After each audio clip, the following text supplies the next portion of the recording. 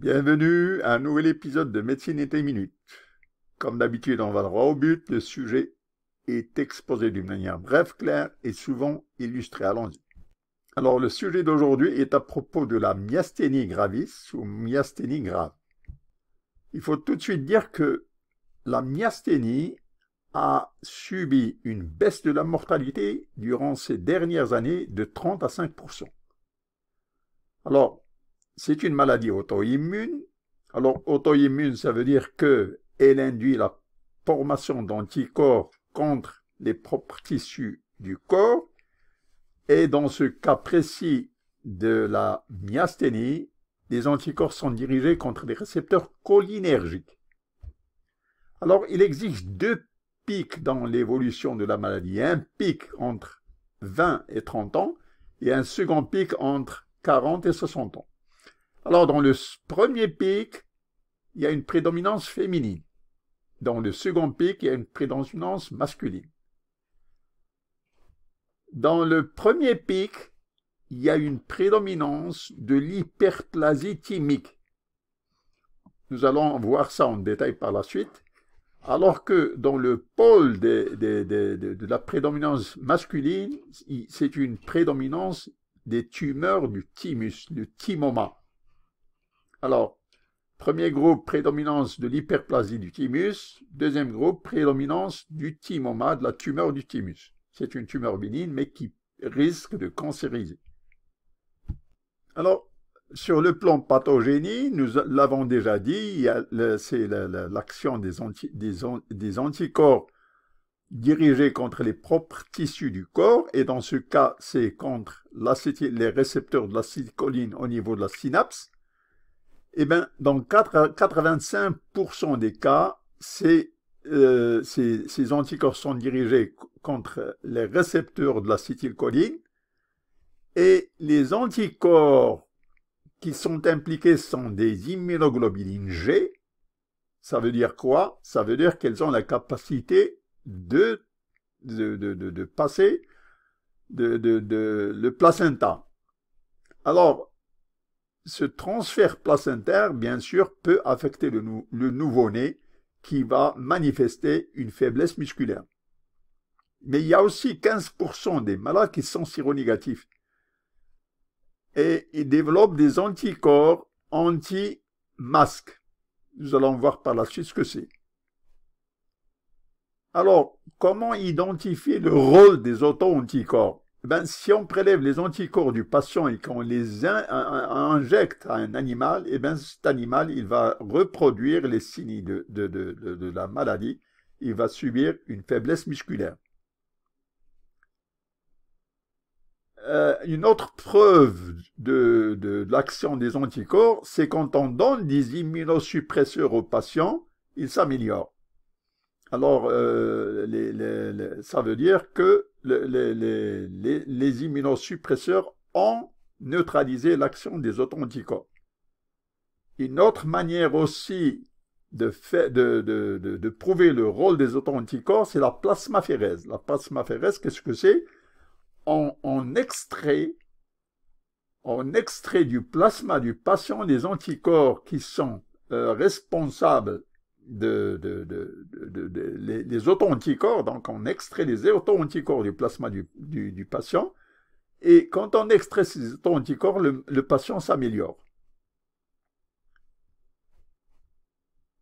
Alors, dans la pathogénie de la myasthénie, les anticorps immunoglobulines G qui sont divalents, ils vont s'attacher au niveau des antigènes, les antigènes qui sont des récepteurs cholinergiques. Alors, ils vont former des clusters, ils vont former des amas. Et ces amas, il y a une action du lysosome qui va venir et qui va détruire ces amas. Ça, c'est dans la situation normale.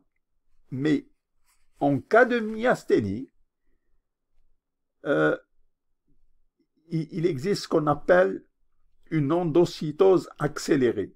Ce processus qui permet de constituer les récepteurs en amas et qui sont attachés aux IgG et qui vont être attaqués par les lysosomes, ce processus, il est accéléré en réalité dans la myasthénie gravis. Alors, la conséquence de cette accélération de ce processus, c'est que les récepteurs à la surface du sarcolème, ils vont être réduits. Une autre manière aussi, c'est que l'extrémité de l'immunoglobuline, le fragment FC de l'immunoglobuline, cette extrémité, ce fragment qui n'est pas fixé, qui est libre, il devient actif. Et quand il devient actif, il va fixer le complément.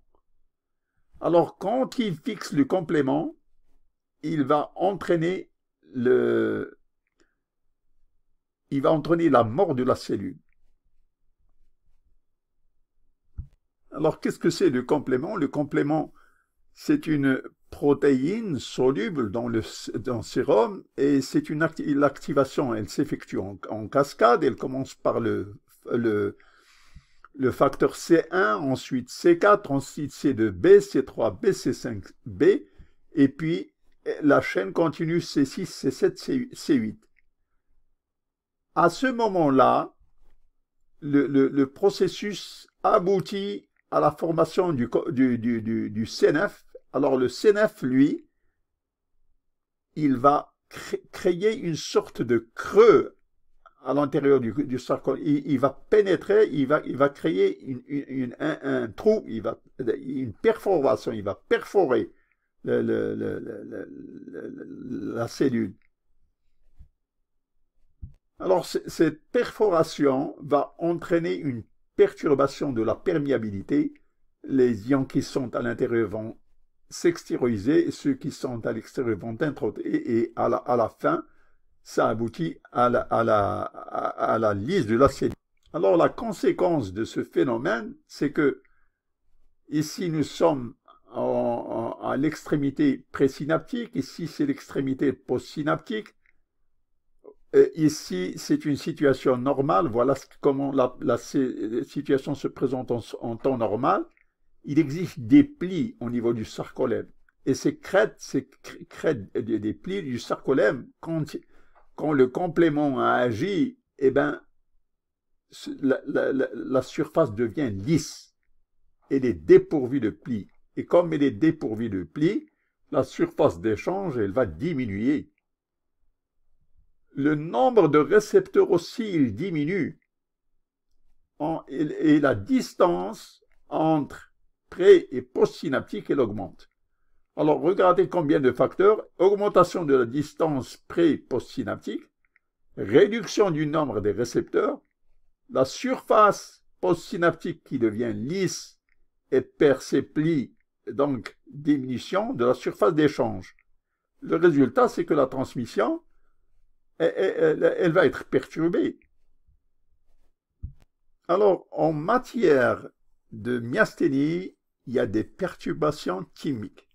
Alors, ces perturbations thymiques, c'est par des auto-anticorps qui sont dirigés contre le thymus.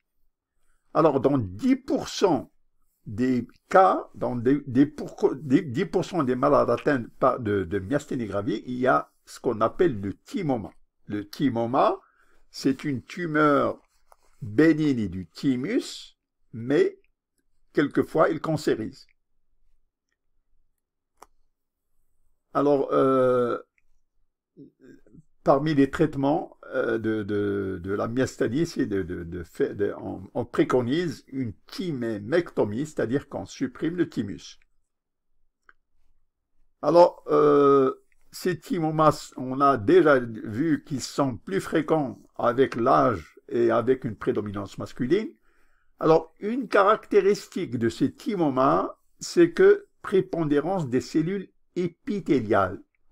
Parce que classiquement, on a l'habitude de connecter le thymus aux cellules T de l'immunité.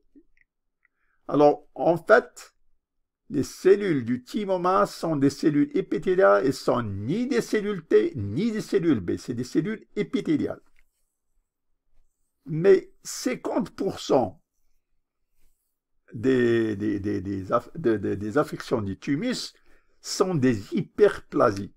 Alors les hyperplasies, on les trouve plutôt chez le jeune et surtout chez le sexe féminin. Alors dans l'hyperplasie, ce qui est prédominant, c'est des cellules B.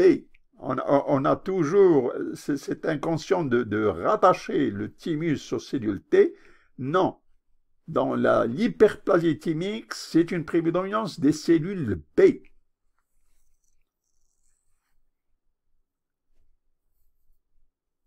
Alors,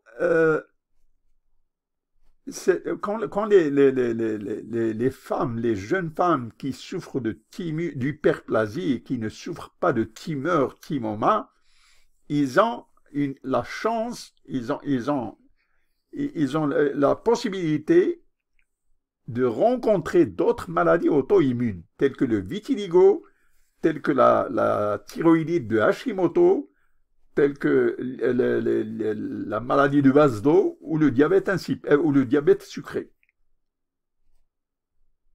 Alors, ils échappent à la tumeur maligne du thymoma, mais elles sont sujettes à des maladies auto-immunes telles que le vitiligo, le diabète sucré, la maladie les thyroïdites de Hashimoto.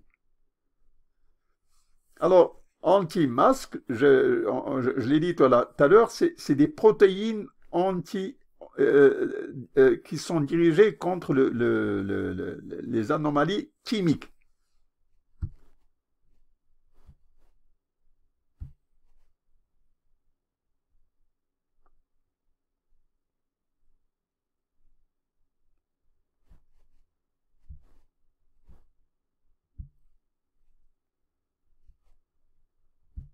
Alors, sur le plan clinique, c'est une faiblesse musculaire. Donc, il faut savoir que c'est une maladie qui affecte les muscles volontaires. La myasthénie, elle épargne les muscles lisses. Donc, il ne faut pas chercher des troubles du transit ou des troubles des tachycardies qui touchent la fibre musculaire lisse. Et une caractéristique essentielle de la myasthénie gravis, c'est qu'elle n'est pas douloureuse. La douleur dans la myasthénie gravis n'existe pas. Alors la maladie est insidieuse, son installation se fait d'une manière graduelle et elle fluctue. Alors, une des caractéristiques de la myasthénie gravis, la myasthénie grave, c'est que au fur et à mesure que le patient exerce un effort, eh bien, il se fatigue. Il se fatigue vite. Il se fatigue plus vite qu'une personne normale. Alors, d'ailleurs, sur le plan diagnostic différentiel, nous allons voir tout à l'heure qu'il y a une différence essentielle entre la myasthénie gravis et le syndrome de Lambert-Eaton, qui est un diagnostic différentiel important dans la maladie. C'est une maladie qui affecte les nerfs crâniens. Alors, surtout le nerf moteur oculaire qui est responsable du ptosis et de la diplopie. Alors, dans la myasthénie, les difficultés à s'asseoir, mais surtout à se mettre debout. Le malade prend appui sur ses genoux pour se lever. Alors, les premiers signes qui apparaissent sont des signes surtout oculaires. Alors, ici, on voit que la patiente est incapable de fermer complètement l'œil. Alors, les nerfs affectés sont les nerfs de 9, 10 et 11, donc c'est des muscles bulbaires, c'est les nerfs bulbaires, donc il y a une difficulté à avaler, une difficulté à parler, une difficulté à mâcher. Alors, le malade aussi nasonne et la paralysie peut affecter les muscles de l'expression faciale. On appelle la tristesse du myasthénique, snarl myasthénique. Alors, ce schéma, il indique que les paralysés, elles commencent elles commencent au niveau de l'œil, au niveau de la gorge, et puis elles s'étendent vers l'épaule, vers les bras et vers le membre inférieur. Donc, cette chronologie de l'évolution des paralysés, elle est fondamentale dans l'établissement du diagnostic de la myasthénie. Nous allons voir que dans le Lambert-Eaton, cette ascendance des paralysés, elle est en sens inverse. C'est-à-dire que la maladie va commencer au niveau de la ceinture et les paralysés vont après monter vers l'œil. Alors, une des caractéristiques essentielles dans la myasthénie gravis, c'est que le système sensoriel est intact et les réflexes tendineux profonds sont normaux.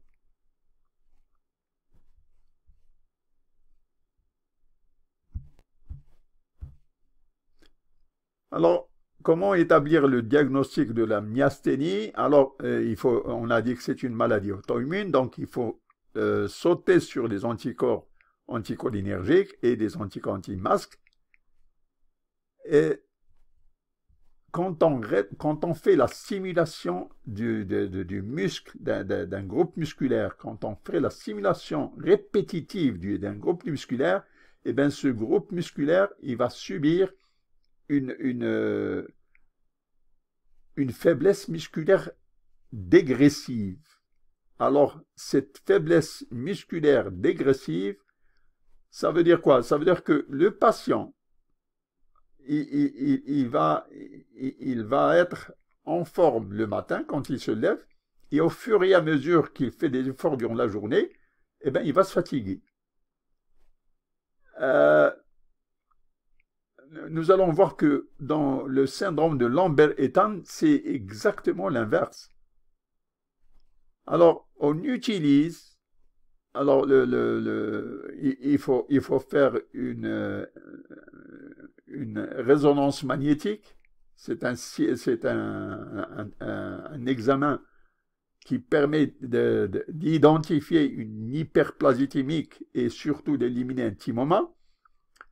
On peut faire le test au tensilant. Alors, qu'est-ce que c'est que le test au tensilant? C'est l'hydrophonium. Alors, quand on donne le test, il va améliorer transitoirement le patient. Ce test, c'est un test qui est ancien. On a tendance à le délaisser actuellement, mais il peut donner des indices qui aident dans le diagnostic. Il y a aussi une application de glace sur la paupière. Elle va entraîner une amélioration du ptosis.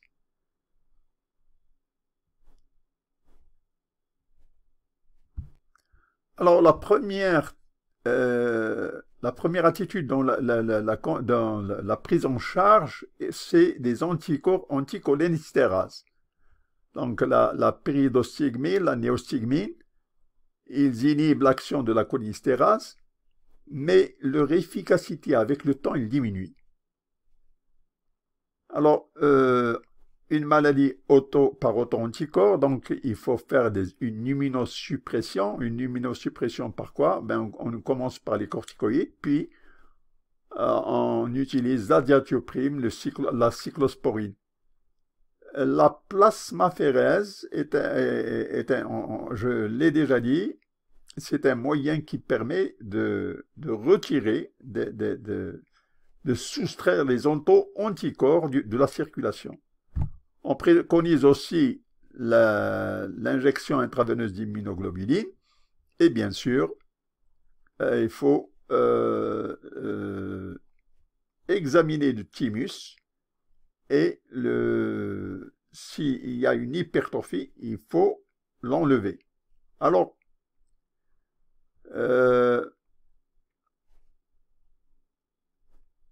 il faut aussi insister sur un point, c'est que il y a des drogues, des médicaments qui diminuent la transmission neurosynaptique. Alors, c'est la gentamicine en est un, les tétracyclines aussi. Alors, ces médicaments, si un malade présente une myasthénie, ces médicaments sont contre-indiqués parce que déjà, ils diminuent une diminution de la transmission neurosynaptique. Alors, si le malade est en plus affecté de myasthénie, eh ben, il faut absolument les éviter. Je vous rappelle qu'une vidéo détaillée à propos de ce sujet sur la transmission neurosynaptique, elle est disponible. Alors, quand on évoque la myasthénie, eh ben, on pense au corollaire au syndrome de Lambert-Eaton. Alors, c'est un diagnostic différentiel qu'il faut absolument savoir. C'est que dans la myasthénie, les paralysies sont descendantes, alors que dans le syndrome de Lambert-Eaton, les paralysies sont ascendantes. Elles vont commencer au niveau de la ceinture pour faire une extension vers les muscles de l'œil. L'œil sera atteint dans le syndrome de Lambert en dernier lieu. Donc cette chronologie, elle est fondamentale. Ensuite, le malade atteint de myasthénie, il va se fatiguer au cours de la journée, au fur et à mesure que le temps passe. Alors que dans le syndrome de Lambert-Eaton, au fur et à mesure que le malade fait des exercices, il s'améliore. Alors ici, c'est un petit schéma là qui est fait par Lambert-Eaton. Le lamb en anglais, c'est l'agneau. Eaton, c'est manger. Donc, la personne qui est atteinte de Lambert-Eaton, il va avoir l'énergie à manger, alors que celui qui est atteint de myasthénie, il va se fatiguer au fur et à mesure qu'il mange. Alors, une deuxième différence fondamentale, c'est que dans la myasthénie, il faut chercher les troubles thymiques, surtout le thymoma, alors que dans le syndrome de Lambert-Eaton, c'est un cancer carcinoïde des petites cellules. Alors, dans le Lambert-Eaton, il faut faire des radios pulmonaires de dépistage systématique parce que le Lambert-Eaton peut précéder l'installation du cancer pulmonaire.